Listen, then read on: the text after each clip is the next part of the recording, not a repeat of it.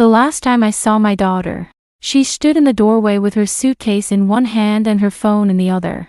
Already halfway gone before she ever stepped outside. She didn't look back. Not once.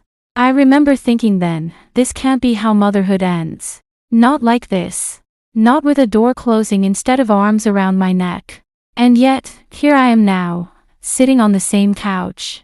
In the same living room, 15 years later, finally telling the story I once thought would bury me. Not the story of how my daughter left, but the story of how I learned to forgive her. And in doing so, saved myself. I raised my daughter, Emily, in this house. Every corner still carries her. The dent in the hallway wall from when she slammed her bedroom door at 16. The faded pencil marks on the kitchen doorframe where I measured her height every year. The chipped mug she loved because it said "World's Best Mom" even when she wasn't speaking to me. I was 26 when she was born.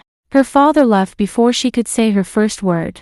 And from that moment on, it was just the two of us against the world. I worked 2 jobs. I missed sleep. I missed vacations. I missed my youth. But I never once missed her. I was there for every school play. Every scraped knee, every heartbreak over boys who didn't deserve her. I packed lunches, signed permission slips, stayed up late helping with homework, and whispered prayers over her while she slept.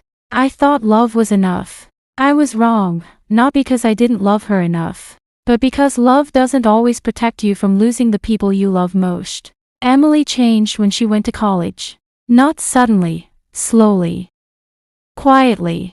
At first it was fewer phone calls, then shorter conversations, then weeks between replies. I told myself it was normal. She was building her life. She was growing up. That's what mothers are supposed to want, right? But something in her voice changed. A coldness I didn't recognize. A distance I couldn't cross. When she graduated, she didn't move back home. She stayed in another state. She said she needed space. Space from what? From me. I tried not to take it personally, but how could I not? And then one day, she stopped answering at all. No calls. No texts. No holidays.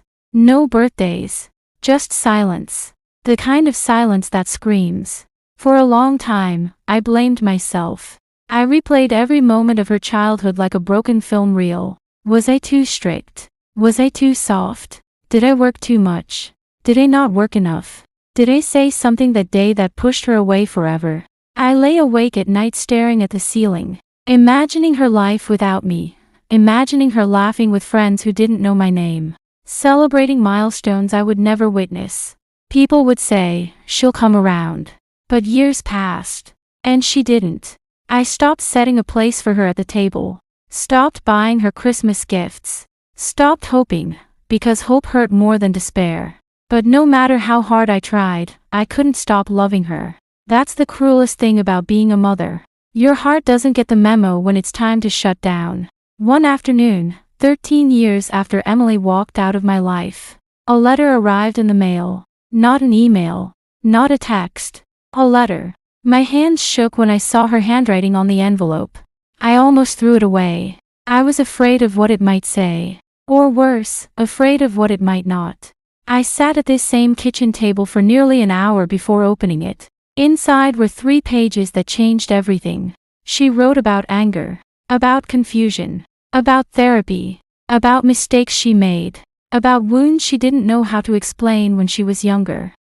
And then, halfway down the 2nd page, she wrote the words I never thought I'd read. I didn't know how to be your daughter anymore. So I ran. I cried so hard my chest hurt. Not because she apologized, but because I finally understood. She didn't leave because she didn't love me. She left because she didn't know how to stay. Forgiveness did not come easily. People think forgiveness is soft, gentle, peaceful. It's not.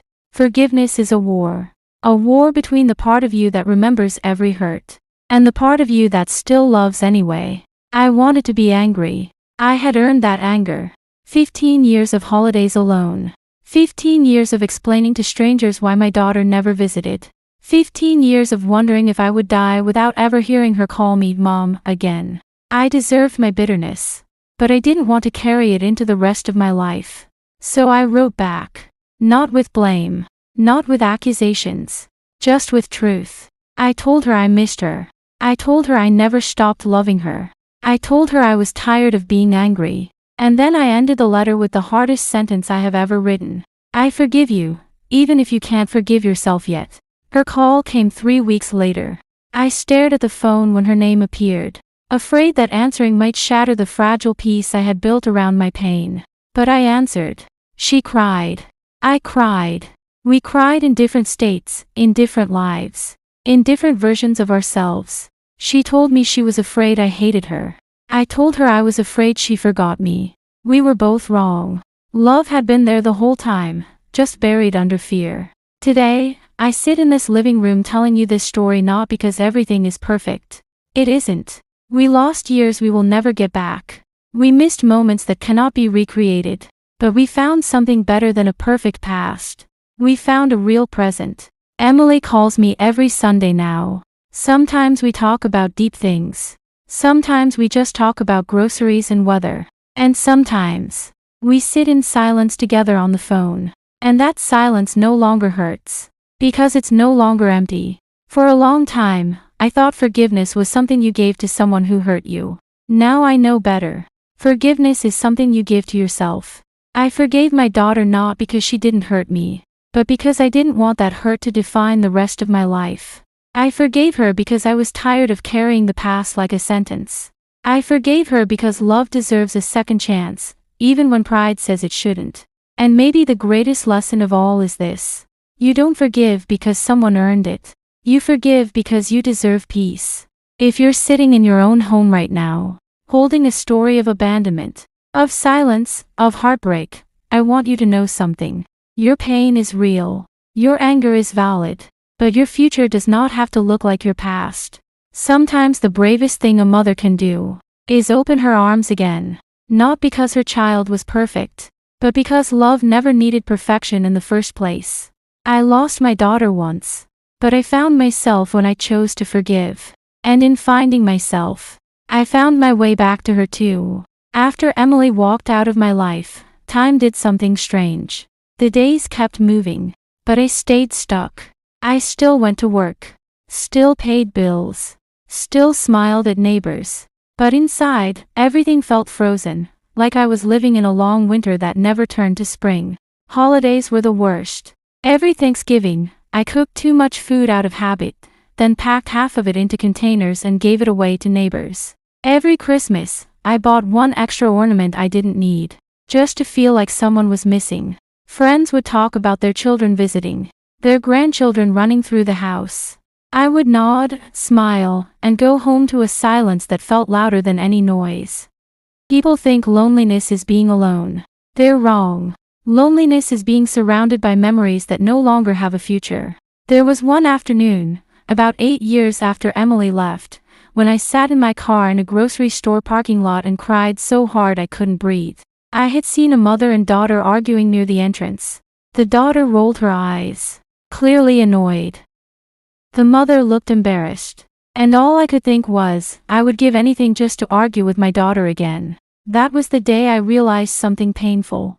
I wasn't just grieving Emily. I was grieving the version of myself who had been her mother. Because when your child leaves your life, they don't just take their future with them, they take your identity too. When Emily's letter finally arrived after 13 years of silence, it didn't fix everything.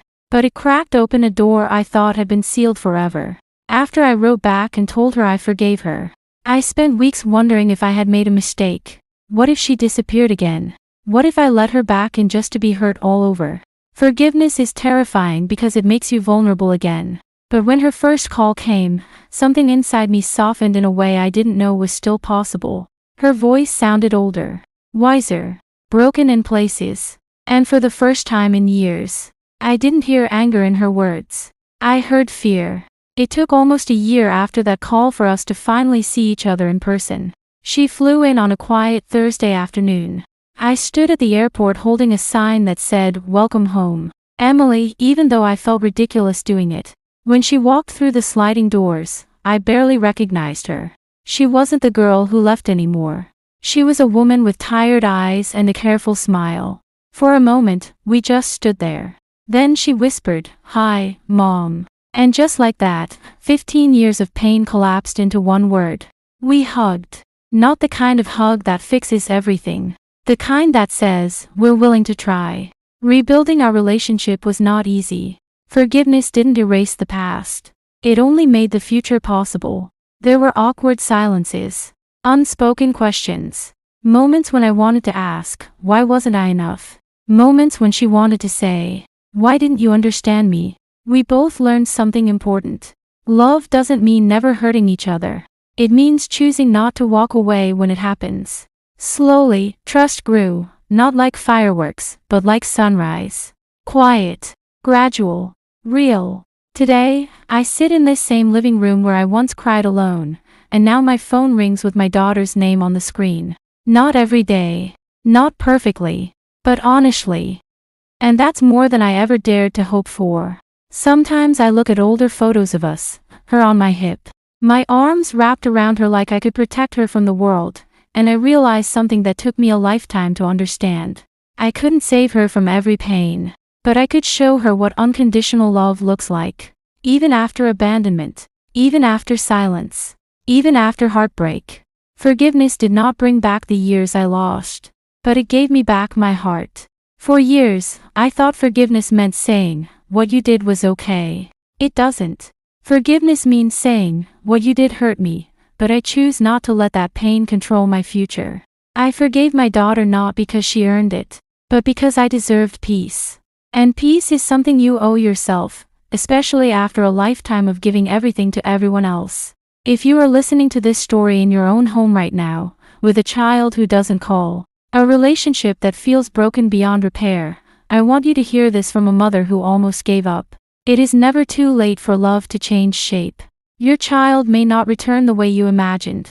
Your relationship may never be what it once was. But forgiveness opens doors that pride keeps locked forever. And sometimes, the greatest miracle is not getting your child back. It's getting your heart back. I lost my daughter once to silence, but I found her again through forgiveness. And in the end, that forgiveness didn't just heal our relationship. It healed the woman who had been waiting in that doorway for 15 years. Still hoping, still loving, still believing that even broken stories can have beautiful endings.